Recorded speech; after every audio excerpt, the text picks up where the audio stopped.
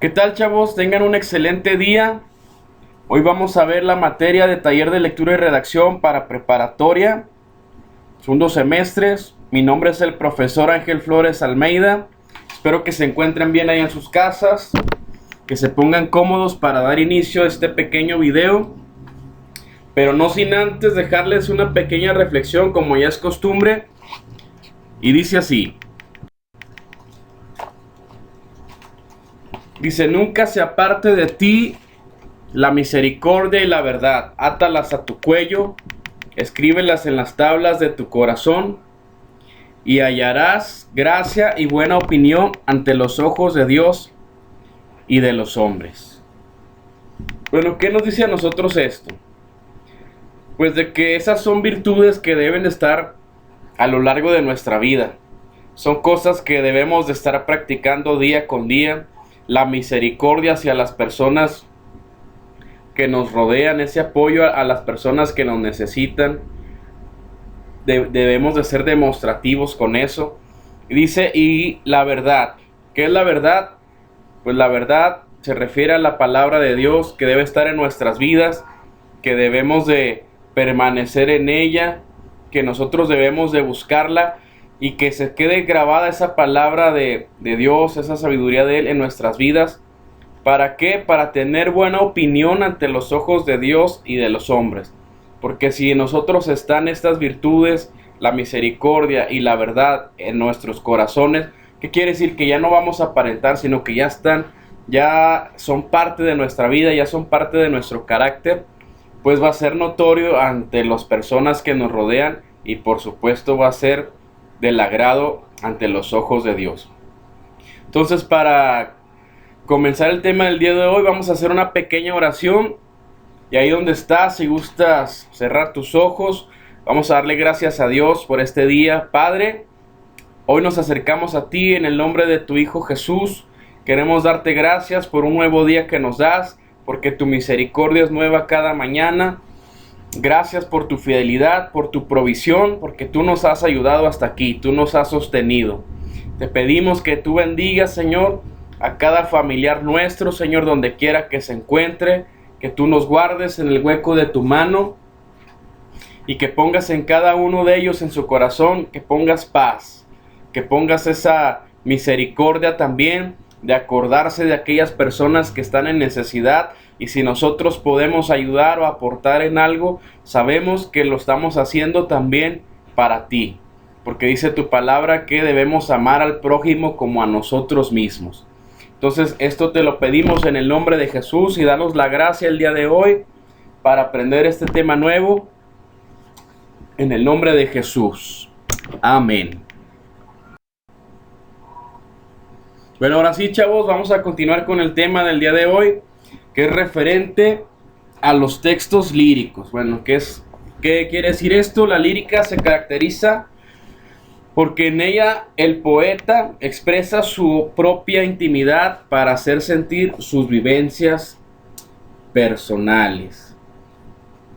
Entonces, aquí dentro de los textos líricos, que es una continuación que ya hemos visto los textos narrativos, los textos dramáticos, ahora vamos a ver los textos líricos, que es una manera de expresarnos de una manera más, si podemos decirle así, más romántica.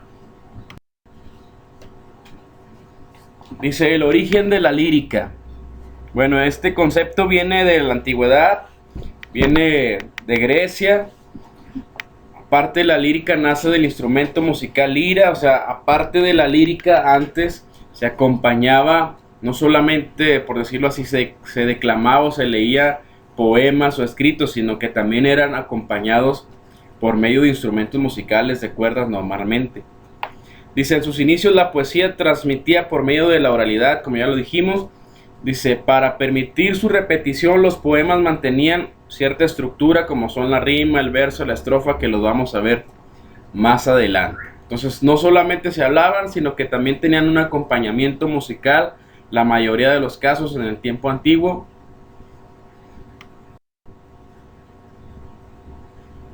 Vamos a continuar con la historia de la lírica. Dice que existen dos tipos de poesía. La primera, lírica, centrada en expresar sentimientos e inquietudes de los poetas. Y la segunda, la épica, centrada en narrar acontecimientos gloriosos y heroicos. Entonces dice, bueno, la historia de la poesía lírica, ¿qué es lo que debemos saber? Que en sus inicios el poeta era alguien anónimo, o sea, no se le conocía, que se le consideraba una figura semidivina, casi un profeta. O sea, fíjense, en aquel tiempo se le daba mucha importancia a estas personas que se dedicaban a escribir poemas. Los poemas se cantaban junto con la lira, ya lo mencionamos, un instrumento musical, y lo hacía un coro o una comunidad. O sea, casi podríamos decir que se juntaba un grupo musical para darnos a conocer estos poemas, ya sea con las voces, un conjunto de voces también, y acompañados con música. Dice que los poemas también daban a conocer sentencias, podrían ser, por ejemplo, oraciones, plegarias, lamentaciones, y normalmente los primeros poemas estuvieron relacionados a esto, estuvieron asociados con lo religioso. Los poemas iban dirigidos también a todo tipo de público.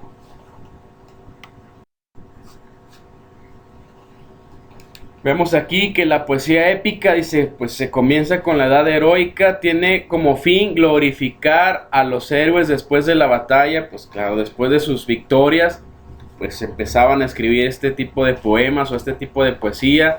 El poeta ya no era anónimo, sino que a veces eran los mismos, el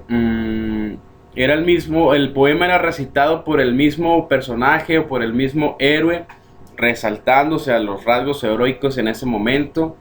Además, sus temas en la poesía épica tienen relación con el destino individual, o sea, qué vamos a lograr, qué podemos alcanzar, hacia dónde queremos llegar, nuestra realización personal. Dice que la lírica es la forma poética a través de la cual el poeta expresa su interioridad, sus sentimientos personales, sus emociones y su estado de ánimo. Y aquí los elementos de las obras líricas o de los poemas, podemos ver que están separados. Los elementos, dice, uno es fondo por el hablante lírico, el temple de ánimo, el motivo lírico, el objetivo y figuras literarias. Y de forma, el verso, la prosa, la estrofa, la rima. Y vamos a verlos a continuación. Dice, por ejemplo, los constituyentes de fondo. El primer punto dice, el hablante lírico es la voz, que se encarga de expresar sentimientos, emociones, ideas dentro del poema. Representa al poeta y es una creación ficticia. Punto número 2, temple de ánimo. Pues aquí vemos que es el estado de ánimo en el que se encuentra el hablante, ya sea puede ser tristeza, felicidad, angustia, nostalgia, etcétera. Dice, el motivo lírico es el tema de que trata el poema, el amor, la muerte, perdón, entre otros. El punto número 4, el objetivo es la representación que provoca los sentimientos en el poeta, las flores, las mujeres, las separaciones, la distancia. Parte va relacionada junto con el tema lírico. Y dice 5, las figuras literarias, recursos que utiliza el poeta para dar más belleza y una mejor expresión a sus palabras. O sea, se puede aquí ver comparaciones, las metáforas, hipérboles, analogías, etcétera. Se puede utilizar estos recursos para darle pues una mejor expresión o realzar ciertas partes del poema. Aquí está un ejemplo.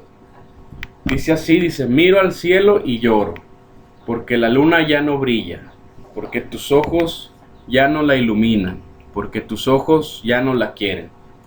El sol ya no me da su calor, porque lo alimentaba tu amor. Vivo en un invierno permanente que al verano no quiso llamar. Y a mi mano derecha, su lado derecho, vemos ahí el hablante lírico, pues puede ser un hombre, una mujer, la persona que ama no está con él o con ella. ¿Cuál es el temple? El estado de ánimo, pues dice aquí la nostalgia, el motivo lírico o el tema del poema, el amor que se fue y que ya no está. ¿Cuál es el objetivo? Pues alcanzar a la persona amada, o que la persona amada va dirigido a ella. Dice los constituyentes de forma del poema, sus elementos, el número 1, el verso, que es la unidad métrica mínima. En general corresponde una línea de escritura en un poema. Ya sabemos que los poemas pueden estar escritos en verso o en prosa, como es el punto número 2, que es una forma narrativa propia de la lírica, que está escrita en prosa, se desarrolla en el siglo XIX. El punto número 3, la estrofa, dice que es el conjunto de versos con una distribución fija de sílabas. O sea, podemos decirlo así, son pequeños párrafos dentro del poema. Y número 4, la rima, es la igualdad o repetición de una secuencia de fonemas o sonidos al final del verso a partir de la última vocal acentuada. Pues es donde vemos que la mayoría de los versos que conocemos debe tener esta cualidad, si está escrito en verso, o sea, que debe tener esa parte de rima. Y dice que existen 3 tipos: asonante, consonante y blanca, que a continuación vamos a ver. Vemos aquí el ejemplo. Se fijan, entre llaves está lo que son las estrofas, las separamos 1 y 2 estrofas. Vemos la rima, cómo terminan las líneas con las vocales, la A, la A, la A, la A, está rimando. Y vemos en el segunda estrofa o párrafo, por decirlo así, inquieto la O, el objeto la O, vacío la O. Es el ejemplo de cómo son las rimas. Y como dijimos que hay varios tipos de rima, dice que la rima sonante, que como estamos viendo ahí, nos está marcando la parte donde está rima en cada línea, donde hace esa acentuación, como dicen las últimas frases o en las últimas vocales. Entonces en la rima sonante dice cuando solo coinciden las vocales a partir de la tónica, las constantes son diferentes. Vemos ahí aguacero, el recuerdo, corro, otoño. Por ejemplo, también en otras puede ser blanca, traba, enero, perro, cal, procar, roma, costra. Es la terminación de las consonantes. Y luego nos dice que hay una rima blanca también. Vemos ahí en la rima blanca cómo es la terminación. Ahí está marcado con color rojo, o sea, corazón, pasión. Y la rima blanca es la parte de abajo, dice rompe y desarrolla agua, o sea, parece que no queda dentro del texto porque no tiene una terminación asonante, ninguna consonante, o sea, no termina ni en vocal ninguna de las líneas, ni en consonante, y parece que este tipo de rima como si rompiera el poema. Esa es la rima blanca. Entonces, otro ejemplo de poesía que puede estar escrita en prosa o verso libre, también se le llama.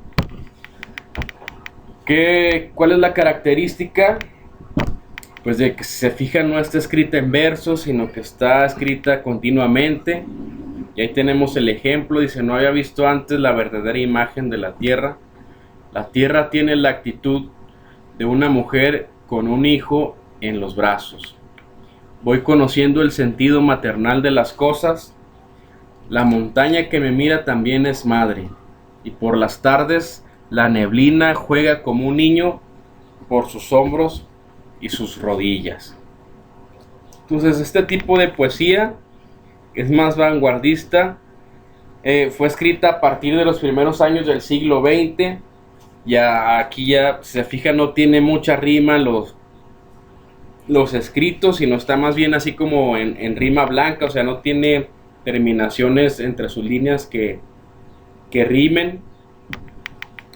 Y además también aquí, por ejemplo, si les dije o si recordamos, la poesía como la vemos en verso era acompañada de música y por ejemplo está escrito en prosa, también aquí ya se rompe esa parte, no necesariamente en prosa ya no le daban tanta importancia a la musicalidad, sino más bien a la elección acertada de las palabras o de los vocablos. Entonces, chavos, nada más quiero dejarles unas recomendaciones para terminar. En su página 183 de su libro van a encontrar algunos links o enlaces donde describen los elementos del poema de un punto de vista diferente, también más amplio. Y recordarles que estén subiendo sus evidencias de tareas y trabajos a la plataforma a tiempo, legible, que se entienda. Si son imágenes, si son escritos, pues que se entienda bien su letra. Traten de tomar bien la foto para que puedan ser evaluados. Entonces eso sería todo de mi parte por hoy, chavos, por su atención. Gracias. Espero que estén bien en sus casas. Nos vemos en el próximo video y en la plataforma les estaré dejando las indicaciones de la actividad del día de hoy. Bendiciones.